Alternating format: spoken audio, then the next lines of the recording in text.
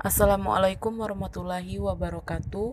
Perkenalkan, nama saya Ervariana, NIM 2015-039, kelas 3 BKPIB. Baiklah, di sini saya ingin menceritakan sedikit tentang kisah Nabi Idris dan mukjizatnya untuk memenuhi mata kuliah tafsir pendidikan. Jadi Nabi Idris adalah salah satu nabi dan rasul yang perlu diimani sebagai bentuk ketakwaan atas perintah Allah Subhanahu wa taala. Nabi Idris adalah nabi kedua setelah yang diutus oleh Allah untuk menyebarkan agamanya. Secara garis, keturunan Nabi Idris berjarak 6 generasi dari Nabi Muhammad dan menjadi kakek Nabi Nuh.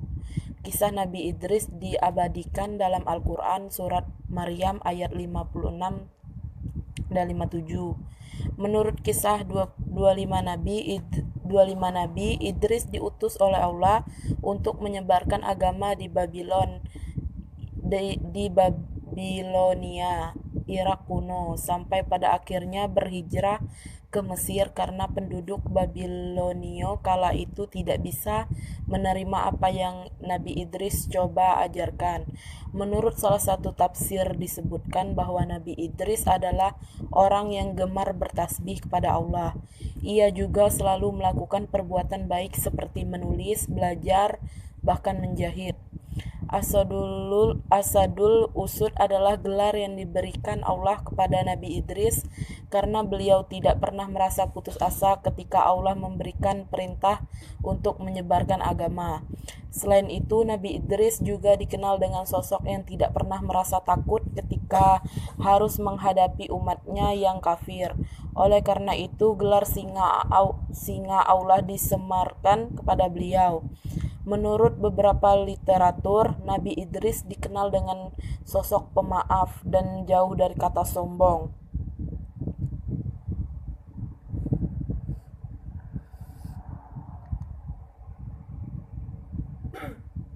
Nasihat Nabi Idris kepada umatnya. Sebelum meninggal, Nabi Idris menitipkan beberapa pesan kepada manusia.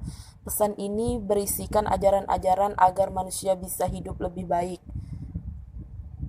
Berikut adalah isi pesan Nabi Idris. Salat jenazah lebih sebagai penghormatan karena pemberi syafaat hanya Tuhan sesuai ukuran amal kebajikan. Besarnya rasa syukur yang diucapkan tetap tidak akan mampu mengalahkan besarnya nikmat Tuhan yang diberikan. Sambutlah seruan Tuhan secara ikhlas untuk sholat, berpuasa, maupun menaati semua perintahnya. Hindari hasad alias dengki kepada sesama yang mendapat rezeki, karena hakikat jumlahnya tidak seberapa. Menumpuk-tumpuk harta tidak ada manfaat bagi dirinya. Keenam, kehidupan hendaknya diisi hikmah kebijakan.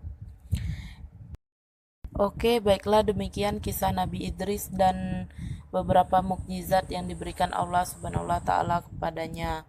Itu saja yang dapat saya ceritakan. Apabila ada kesalahan dalam penyampaian kisahnya, saya mohon maaf. Pada Allah saya mohon ampun. Wabillahi taufiq wal hidayah.